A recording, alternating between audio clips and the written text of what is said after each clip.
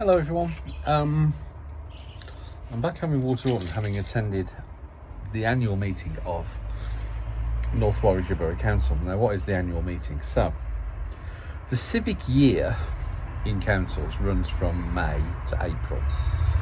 So the start of each year, that civic year, you have a annual meeting which has various functions, the first of which is to elect a mayor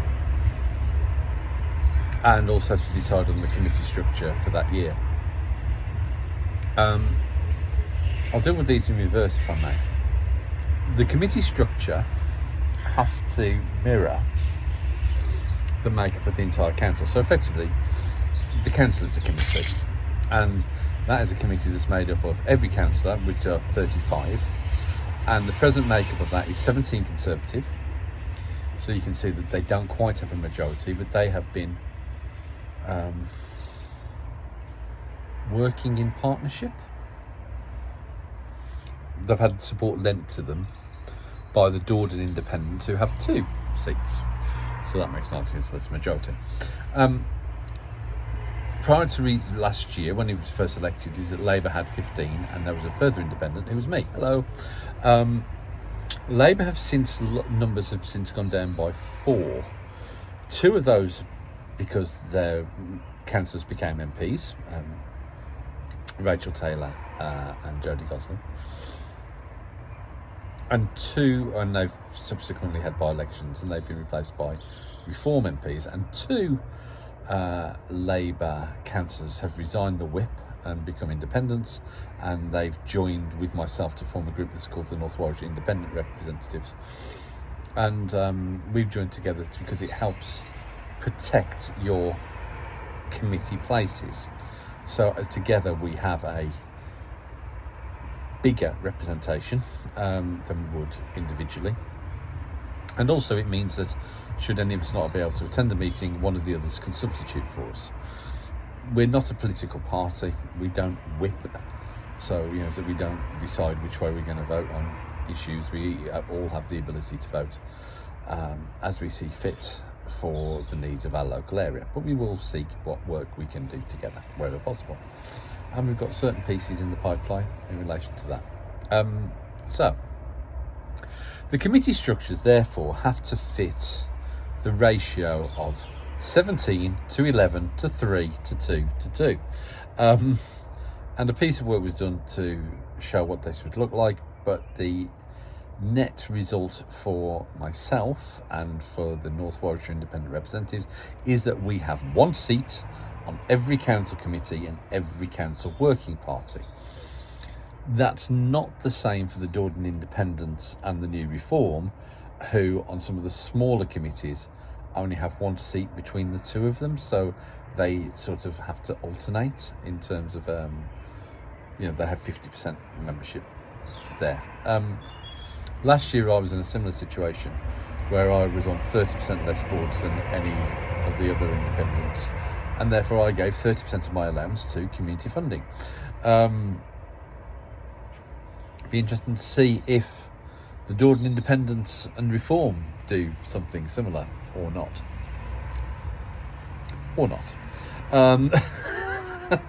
But who knows.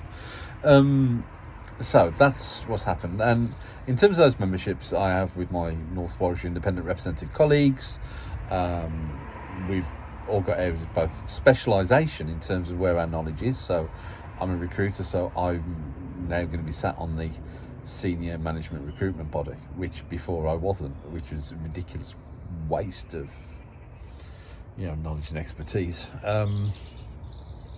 So that's there.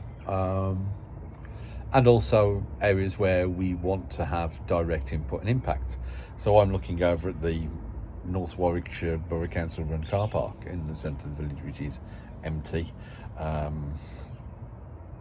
And I'm going to be sat on the parking working group, because that car park is not suiting the needs of the village in terms of the impact that it's having on parking in the centre of the village, and also is that it's a whacking rate side that would be suitable for, I don't want to highlight the potential dangers of what could happen to it. Anyway, So those are the memberships. Now the mayoralty and the deputy mayoralty. So what is the mayor? The mayor actually acts as first citizen. They will represent the council externally in a number of different events. They also have a charity fundraising function, but they also have a practical role. So the mayor will also chair council meetings, and in the event of a tied vote, they will have a casting vote, so essentially a second vote. So with numbers being quite close, the mayor is very much a political appointment, or it has been over the last couple of years. There's also a sort of convention that the deputy mayor from the year before becomes the mayor the year afterwards. So last year's deputy mayor, Debbie Bates, is now mayor, and she spoke very movingly, and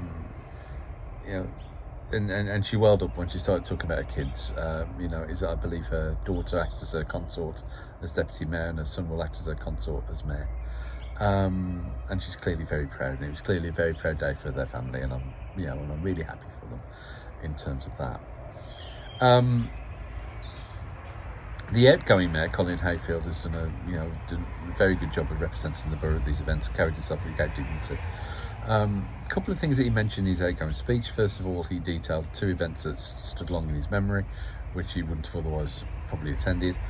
One of which was an Easter bonnet parade. The other one was Spud Club. Well done, Water Norton. We got highlighted there. And secondly, he did detail, as part of his speech last year, what he said he wanted to do was, one is he wanted there to be a civic service to commemorate 50 years, because it's 50-year anniversary of North Warwickshire Borough Council. And he did detail a certain level of disappointment with the attendance from certain councillors at that event. And I went, it's not my natural habitat, but I could see, that it was an important event. But I did also notice as well that there were a considerable, I was shocked at how few councillors actually were there, but also the seniority of some of the councillors that didn't attend. I could understand why he expressed his disappointment, but he'd held the office with great dignity and kept his counsel in relation to that, and didn't stamp his feet today, but he was noticed.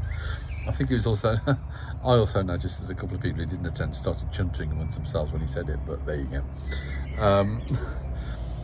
Then we come to the deputy mayoralty. So bearing in mind is that this is who's going to be mayor next year. It was very interesting, like I say, is that, so the nomination was for Davina Ridley of the Dordon Independents. I'm not going to go on record and say that I've got a lot of time for the Dordon Independents, because I don't. We had discussions at the time of the election in relation, because we did hold the balance of power, and we did hold discussions around whether we could ally and what that would look like with various groups.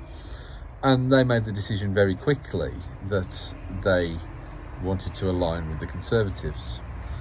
Their reasoning, apart from the fact that you look at their politics and they are right-wing, just so extreme in some cases, I'll leave you to work out for yourself, but they said that they couldn't align with Labour because they'd just beaten 2 Labour candidates, completely ignoring the fact that no one in their ward had voted Conservative. So as an argument, it was glib and doesn't stand up to scrutiny.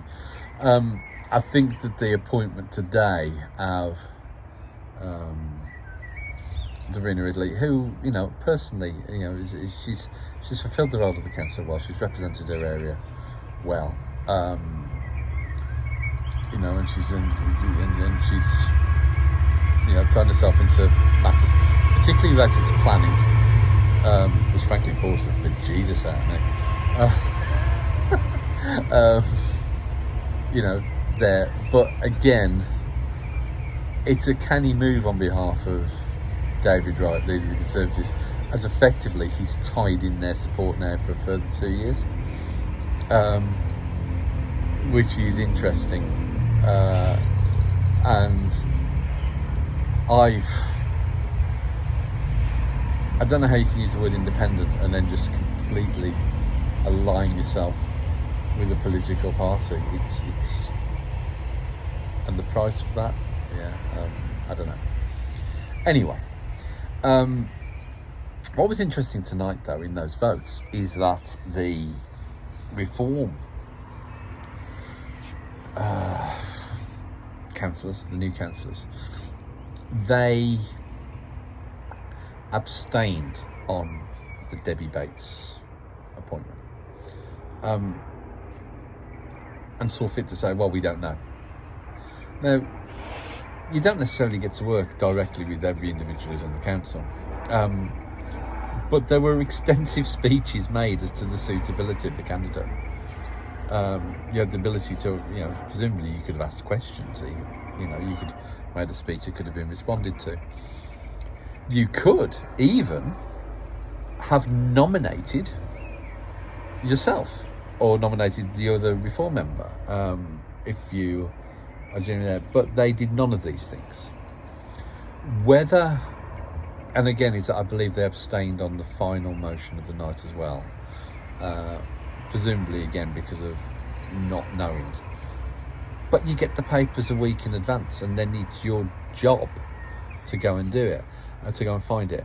So the question arises for me, I'm not going to tell you,